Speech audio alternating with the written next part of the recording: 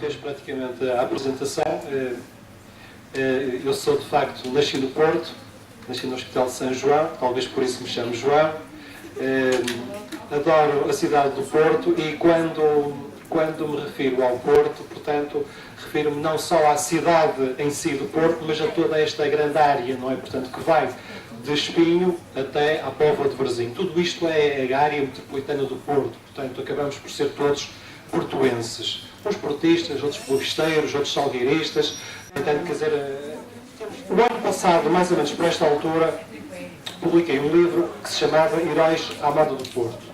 Foi o primeiro de uma série que neste momento vai no 4º livro, que tem por base uma coisa que vocês também falam nas aulas de português, que são os níveis de língua. Os níveis de língua, alguém sabe mais ou menos o que é isso? Os registros de linguagem, a linguagem corrente, depois literária, cuidada. Ora, neste caso, estes livros baseiam-se sobretudo nas linguagens chamadas marginais, ou seja, no calão, nas gírias, nos regionalismos, portanto, em todas aquelas expressões idiomáticas que têm um segundo sentido, normalmente um sentido muito associado a cada um de nós. Portanto, todos nós somos falantes, todos nós pertencemos a uma determinada região, neste caso, portanto, somos falantes do Porto, e como tal temos um património, portanto, todos nós temos um conjunto de palavras de que nos orgulhamos, que são transmitidas pelos nossos pais, pelos nossos avós, pelos nossos amigos, e que nós, portanto, continuamos a dizê-las, se calhar com mais recorrência, se calhar mais vezes, obviamente, terá muito mais influência o que dizem as personagens dos Morangos com Açúcar, por exemplo, para só ir buscar um programa que tem muita influência na vossa maneira de falar, do que os vossos avós, os vossos tios, pessoas mais antigas. Quer isto dizer que, neste momento, todos vocês representam uma riqueza. Aquilo que dizem pode ser mais rico, pode ser menos rico, não é? Mas aquilo que dizem é vosso. E identifica-vos como parte de um grupo.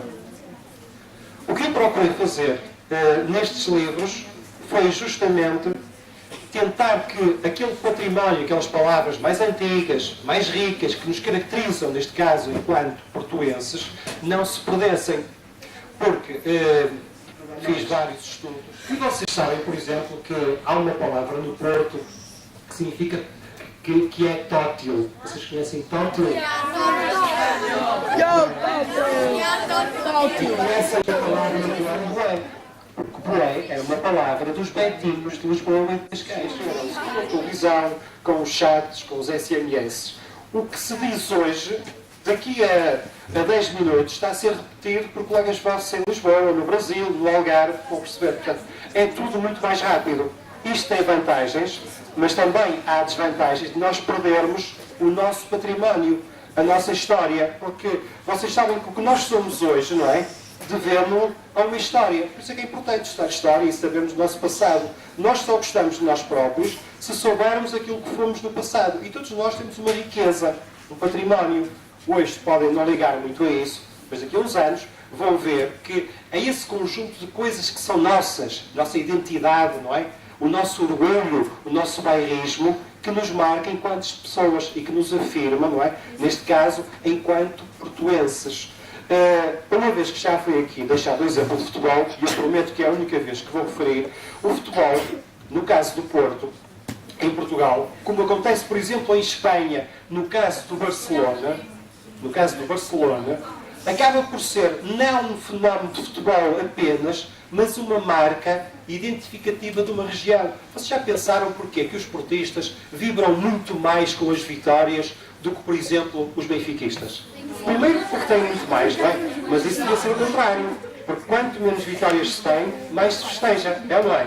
E neste caso, reparem que o Porto festeja todos os anos várias vitórias. Os nossos avós, portanto, sentem e sentiram há muito tempo os problemas de quem não está no centro do país. E se nós sentimos, portanto, essa forma, assim, um pouco, eu diria que olham para nós de uma certa forma, os lisboetas, não é? Muito mais sentem, muito pior do que nós, mas imensamente pior, desculpem-me a expressão, estão as pessoas do interior, que sentem muito mais essa fraqueza. Estão a perceber? Portanto, e o futebol, neste caso, é um marco de identidade e de afirmação dos nossos valores enquanto portugueses. Eu recentemente publiquei outro livro, que foi o Francesinhas à Moda do Porto, isto é muito fresco, saiu há 15 dias. E se calhar eu mostrava uma reportagem que saiu nos quando é preciso, fala. O meu é só lavar e comer. Ouve-se que a gente não quer e faz das tripas coração, realmente. Andar à batatada, por exemplo. Aí estava a cantar as fofinhas. Ai, estava a cantar a fofinha. Não foi tanto fazer das tripas coração, nem tão pouco necessário andar à batatada para que aqui se possa vindo à boa maneira do Porto. Fizemos ao vivo, no típico mercado de milhão, à procura das expressões que tanto nos são familiares, mas que por tempo se foram perdendo. Se lhe perguntasse se é uma mulher de tomates, o que é que me responderia? Sem dúvida, O que quer dizer? da mulher do tempo. Sim, e para que a gíria e calão portugueses se mantenham na memória. O livro Francesinhas à Moda do Porto junta cerca de 500 palavras e vocábulos que, no caso, estão relacionadas com a comida. A gastronomia é uma fonte inesgotável do calado. Portanto, neste caso, estão aqui reunidas mais de 500 expressões que têm a ver com a gastronomia, com a alimentação, com a culinária, mas todas elas num segundo sentido. Dizer a alguma rapariga que tem uma boa regueita. Isso é outra coisa, menina. Não é de comer, mas os senhores homens é que sabem. Algum constrangimento nas palavras, mesmo que o sentido tenha sempre, afinal, uma pitada de humor nesta cozinha de expressões gastronómicas e, acima de tudo, tripeiras. Procuramos quem não tivesse papas na língua, mas encontramos alguns ossos duros de roer. É só pegar na tripa e ter as carnes para lá. Quando entra algum bolo, olha, é um frango, não é? É um peru, quando é daquelas mais difíceis, olha, e o Benfica, também teve lá muito frango. Deste dicionário gastronómico tripeiro, achamos nós que seria pão, queijo encontrar as ditas expressões nas bocas deste povo. Demos um livro para fazer melhor, acordamos com as galinhas para chegar cedo ao mercado, vemos um bacalhau às verdadeiras, um olá como está de Tuense. Metemos a colherada e foi chegar e comer-se de lá. É uma broeira. Quando falam demais, chamam-lhe broeira. Desconfia. Mas a broeira é espetacular, meu senhor. Temos aqui, não querem provar um bocadinho da minha broeira? O futebol também tem esse efeito, acaba por ser demasiadamente explícito e as perguntas acabam por ser respondidas. Mas eu tinha uma questão a colocar. Não precisa. O meu colega estava a dizer que ia falar-nos da diferença entre a francesinha do Porto e a francesinha alfacinha. O livro chama-se Francesinha porque a francesinha é um dos ícones, é um dos símbolos da cidade, não é? Portanto, é algo também que nos distingue. E acaba por ter uma história curiosa. Não sei se vocês conhecem mais ou menos a história da francesinha. É uma história recente, que nasceu nos anos 50, provavelmente em 1953. Foi um funcionário de um restaurante que ainda hoje existe, que é a Regaleira, que fica ali, portanto, perto do Rivoli. Na altura, portanto, foi-lhe pedido a esse funcionário, que era o Sr. Daniel Silva Lopes, penso eu, que criasse uma iguaria, um petisco. E então, ele, como tinha estado em França, a trabalhar em França e na Bélgica, e em França há uma iguaria que se chama Croque Monsieur. E então ele foi buscar o pão, foi buscar o queijo e acrescentou-lhe o molho. Portanto, foi aí que nasceu a característica, a principal característica da francesinha é o seu molho. É verdade que é possível comer francesinhas do Minho ao Algarve. É verdade que até no estrangeiro já é possível comer francesinhas. Agora, a verdade é que francesinhas como as do Porto é muito difícil comer bucho. Manias, vá-se lá saber porquê. Assim como assim, Capuchinho Vermelho morava na cidade do Porto, mais precisamente em pleno bairro da Sé, que para quem não sabe é o coração da Invicta. Costumava brincar nessas ruas típicas e estreitas e gostava particularmente do monumento que caracteriza o bairro, a Sé do Porto. Monumento que era quase todos os dias visitado por tótil de turistas nacionais e estrangeiros. Nesse mesmo bairro, na rua de São Sebastião, moravam duas miúdas fedorentas que não curtiam o capuchinho vermelho. Nem o seu amigo Mário. Aguenta lá o cavalo, bro, que já te conto quem é este momento. As duas tipas provocavam situações desagradáveis para que Capuchinho e Mário as nicassem. Mas eles eram tolerantes e não lhes davam corte. Capuchinho morava com a mãezinha, numa casinha pequenininha, mas muito arranjadinha. Esta vizinha, a avózinha, ou simplesmente a vozinha, morava na Rua dos Caldeireiros, ao pé da Torre dos Clérigos. A bófia, de vez em quando, passava pelo bairro por causa de um tal lobo mau, que aterrorizava os habitantes de fogante na mão. Capuchinho Vermelho costumava ir à casa da avó para lhe levar uns comprimidos para chonar. É que não havia maneira da cota aterrar sem as rodinhas. Um dia, numa dessas idas, Capuchinho teve que aturar as duas miúdas fedorentas, o que a fazia passar-se completamente dos carretos. Então, saltou-lhe a tampa e disse-lhes: qualquer dia, ainda levante na tromba. Capuchinho, que era uma embute, ficou admirada consigo própria, devido à reação que tivera. Não era nada normal. Ela era uma gaja certinha e pouco dada a violências. Seria dos filhos que andava a lavar. Ou não. Aonde vais, ó boa?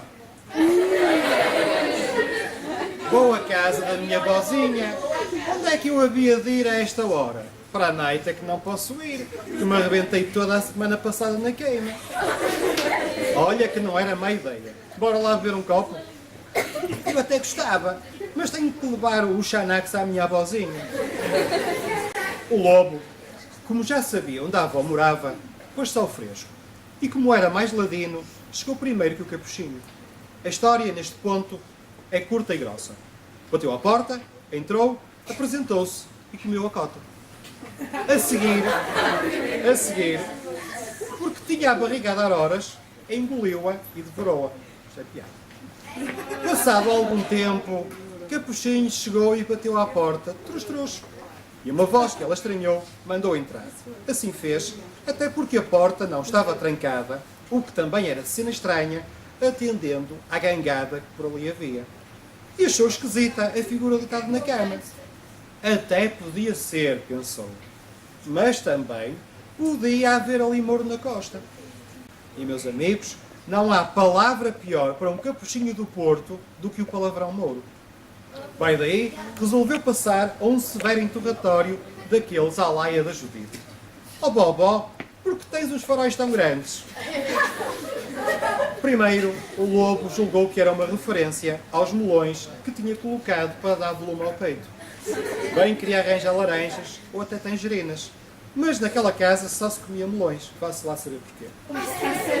Mas depois ia mesmo a responder quando o Capuchinho levantou o indicador acusando os seus olhos. Percebeu e infletiu com a resposta clássica: é para te micar melhor, minha netinha. E essa penca de Pinóquio? Insistiu a menina.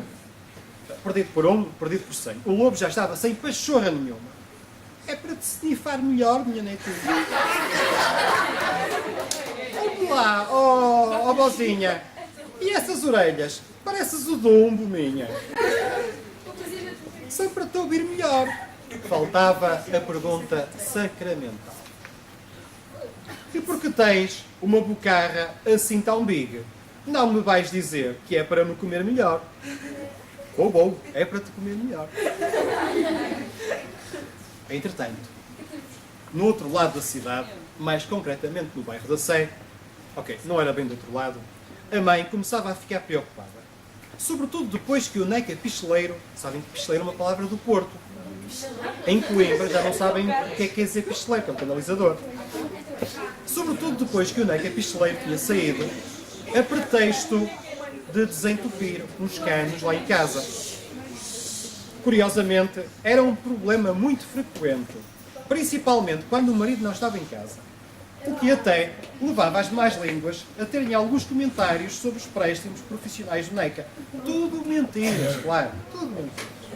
Vendo que o capuchinho nunca mais chegava, foi à varanda e berrou o nome do Mário, que morava em frente. E como vivia do desemprego, estava sempre em casa. O rapaz não demorou. Oh filho, estou a flipar. O capuchinho nunca mais vem, nem manda SMS nem nada. Foi levar o Xanax à avó. Sabes onde ele mora? Não sabes? Oh Mário, dá lá um saltinho e põe-te à coca, está bem, amor? Mário sabia que havia muito gajo foleiro na zona. E porque curtia tótil a miúda, acelerou nos calcantes.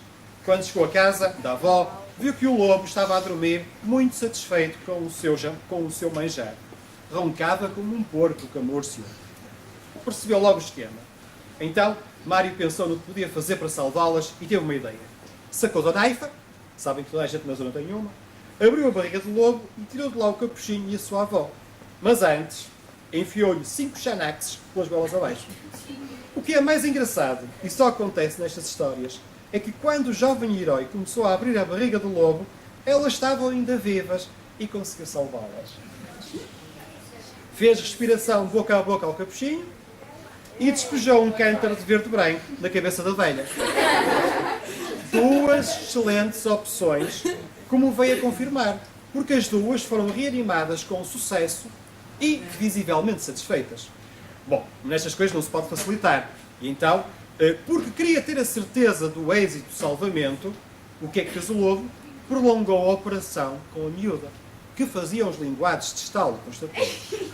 Antes de cozer a barriga ao animal, enviou-lhe uns valentes calhaus lá para dentro.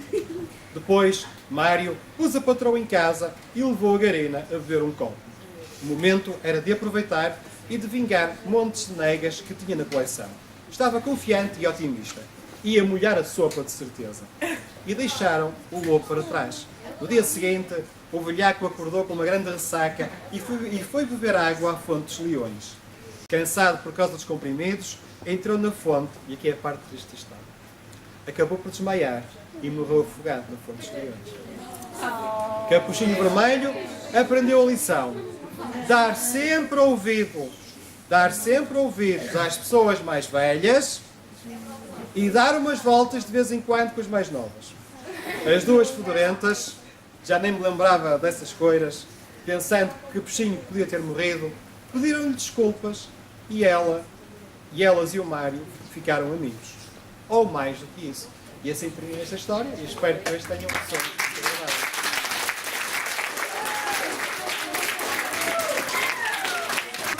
A vossa cultura portuguesa, não é portuguesa, é portuguesa. Alguém já ouviu a expressão fino como um alho ou esperto como um alho? Sim? Mas, por exemplo, fino como um alho. O que é que quer dizer a expressão fino como um alho? Sabe? Não sabe? Quem é que sabe? Não, nunca ouviram essa expressão? Nunca utilizaram? Falando em esperto como um alho. É fino como um alho. Não? O que é que quer dizer? Quer dizer que é muito esperto, não é? Quer dizer rascado.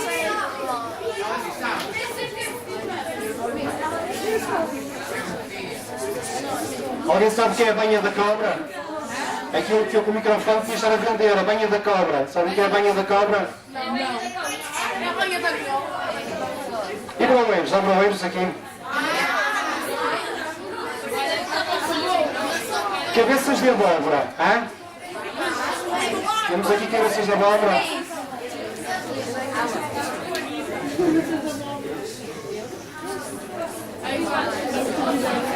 Uma bejeca, sabem o que é uma bejeca? E sabem porquê é que se chama bejeca? Um caladinho, já comeram um caladinho? Já se armaram em carapaus de corrida? Já comeram carne da beiça? E com os olhos? Já comeram com os olhos? Diga! Um caldinho é um doce regional.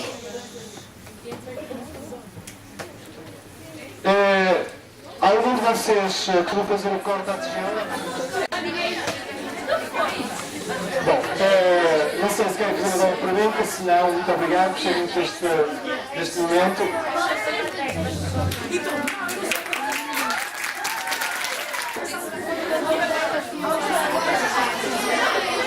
É um marcador da nossa escola.